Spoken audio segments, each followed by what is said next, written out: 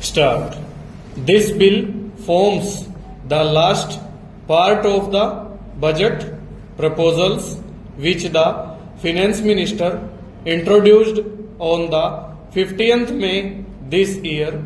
The other parts of which, such as the Finance Bill, the Wealth Tax Bill, and the Railway Passenger Fares Bill, have already been passed by this House during the general discussions in May last, as well as during the discussions last week in this House on the finance and wealth tax bills. The Finance Minister explained at length the objective of our taxation policy and the features of the integrated tax structure we are trying to evolve through these measures.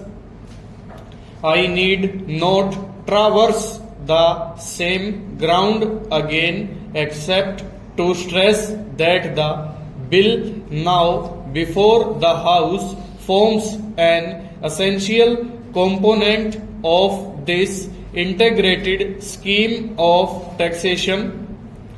The purpose of this measure is, as I have already stressed, threefold.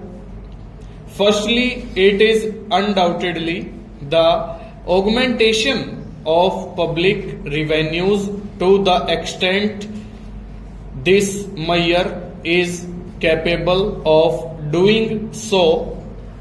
Secondly, which in my opinion is even more important, it is to reduce the excessive consumer spending and divert the surplus funds towards savings.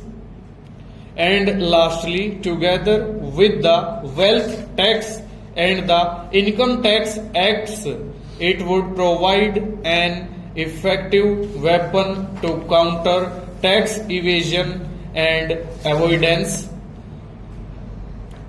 Before I take the House through the provisions of this bill as passed by the Lok Sabha, I may say that the scheme of expenditure tax has not been without adequate support not only in the other House but also among the public at large. Undoubtedly, we had to face some opposition and criticism, but the criticism was not one-sided. There were those who argued that the measure did not go far enough and that it gave far too many concessions and exemptions. There were others who wanted these concessions and exemptions to be enlarged, and yet others, though they were comparatively few, who objected to this measure in principle on the ground that this measure has not been tried elsewhere, that it would be led to an inquisitive probe of a person's private life, and that it would cause undue harassment. About this question of harassment, the Finance Minister talked at length the other day in the other House. I am mentioning it only to say that the Select Committee had this question of possible harassment in their mind, and it was with a view to ensuring that no harassment was caused. The Lok Sabha has given its approval to all the changes proposed by the Select Committee and in addition made certain further modifications, though of a comparatively minor character.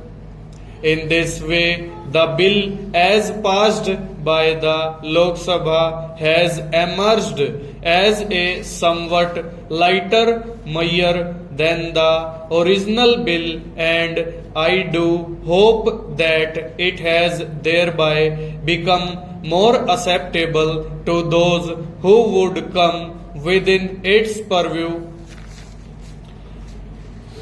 I shall now proceed to describe briefly the important differences between the bill as originally introduced and the bill as passed by the Lok Sabha. One of the most important changes made in the bill is to the proviso to clause 3. As honorable members are aware, the original bill had provided that no expenditure tax would be payable if the total income under the Income Tax Act for the relevant previous year did not exceed rupees 1 lakh. A good deal of thought was given to this provision in the bill, and the Lok Sabha also debated at some length on the pros and cons of such a provision. As in the case of so many other provisions of this bill, extremely divergent views were expressed. Some wanted that the proviso should be omitted altogether. Others wanted that it should stand as originally proposed, while some others wanted to lower the limits of income proposed. There were also a few who suggested that the limit should be higher. Finally, we came to the conclusion that at least in the initial stages of the working of a new measure like this, a provision of this nature was necessary because on the one hand it would make the administration of the act somewhat easier, and on the other hand it would ensure that the SSC, who would not normally come within its scope, is not unnecessarily troubled.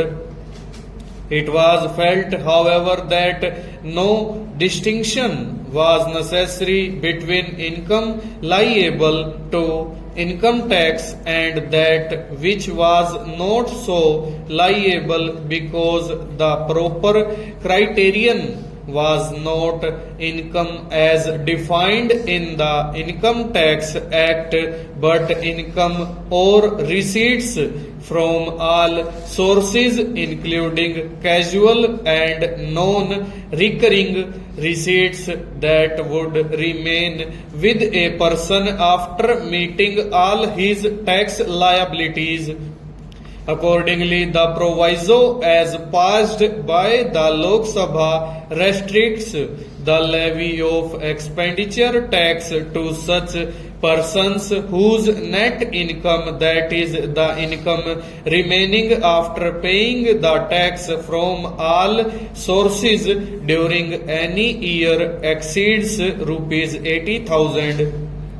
This limit was fixed with due regard to the basic allowances of rupees 50,000 so that any person with an income of rupees 50,000 would have